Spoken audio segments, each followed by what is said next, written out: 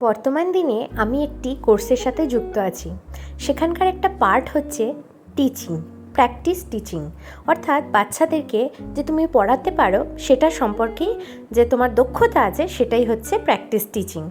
তো সেই জন্য আমি একটা স্কুলে বর্তমান দিনে যাচ্ছি এবং বাচ্চাদের পড়াচ্ছি। তো এই যে বাচ্চারা যাদের দেখতে পাচ্ছ, এটা হচ্ছে সেই স্কুলেরই বাচ্চারা। আর আজকে দেখতে পাচ্ছ সবাই যে রঙিন শাড়ি পরে সেজেছে, এটা সেজেছে আজকে বসন্ত উৎসবের ফাংশন আছে আমাদের স্কুলে। তো তার জন্য বাচ্চাগুলো প্রত্যেকটা ভীষণ মিষ্টি এবং ভীষণ দুষ্টু। তো দেখো তাদের ফাংশন স্টার্ট হয়ে গেছে, কি সুন্দর নাচছে।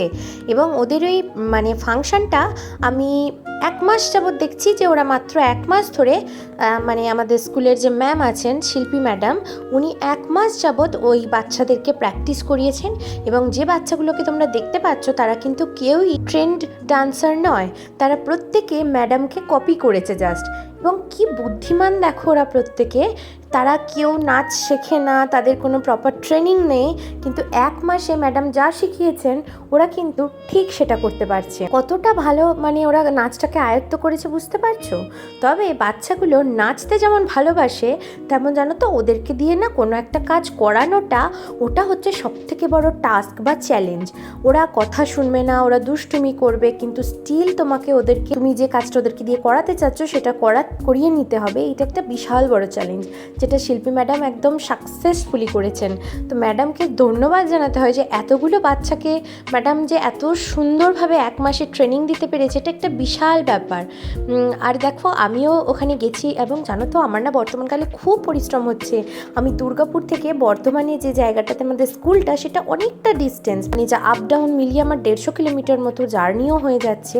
কিন্তু যখন এই দিনটা আজকে দেখতে পেলাম বসন্ত উৎসবের, তখন আর সেদিন মনেই হচ্ছিল না যে আমার এত কষ্ট হচ্ছে বা আমার জার্নি হচ্ছে। ওদেরকে দেখে ওদের এত সুন্দর ডেডিকেটেডলি ওরা নাচগুলোকে করছে।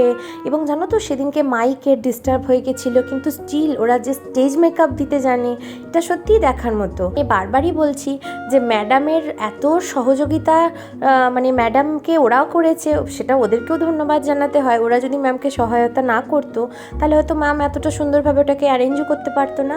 আর দেখছো এটা হচ্ছে একদম ফার্স্ট, এই যে লাঠি নিয়ে ঘুরছে একদল, অন্য বিভিন্ন টিম দেখো বিভিন্ন রকমভাবে নাচতে নাচতে যাচ্ছে। এটা হচ্ছে ওদের ওপেনিং ডান্স ছিল। আর দেখো প্রত্যেকটা দলের পেছনে একজন করে ম্যাম দাঁড়িয়ে দাঁড়িয়ে আবির ছুটতে ছুটতে যাচ্ছে। আমি যে সময় এই নাচগুলো হয়েছে, একদম প্রথমের যে নাচটা সেটাতে আমি থাকতে পারিনি, তখনও আমি গিয়ে পৌঁছাতে পারিনি। আসলে ট্রেনে বাসের ওপর ভরসা করে তো আমাকে যেতে হচ্ছে। তো আমার সারাটা দিন বলতে পারো মোটামুটি সকাল 8টা থেকে একদম বিকেল 4:30-5টা পর্যন্ত আমার রাস্তাতে কাটছে বর্তমান লাস্ট 1 মাস ধরে। আর যেদিনকে আমাদের বসন্ত উৎসবের এই ফাংশনটা হয়েছিল, সেদিনকে তো আমাকে আবার আমি 6টার ট্রেন ধরেছিলাম।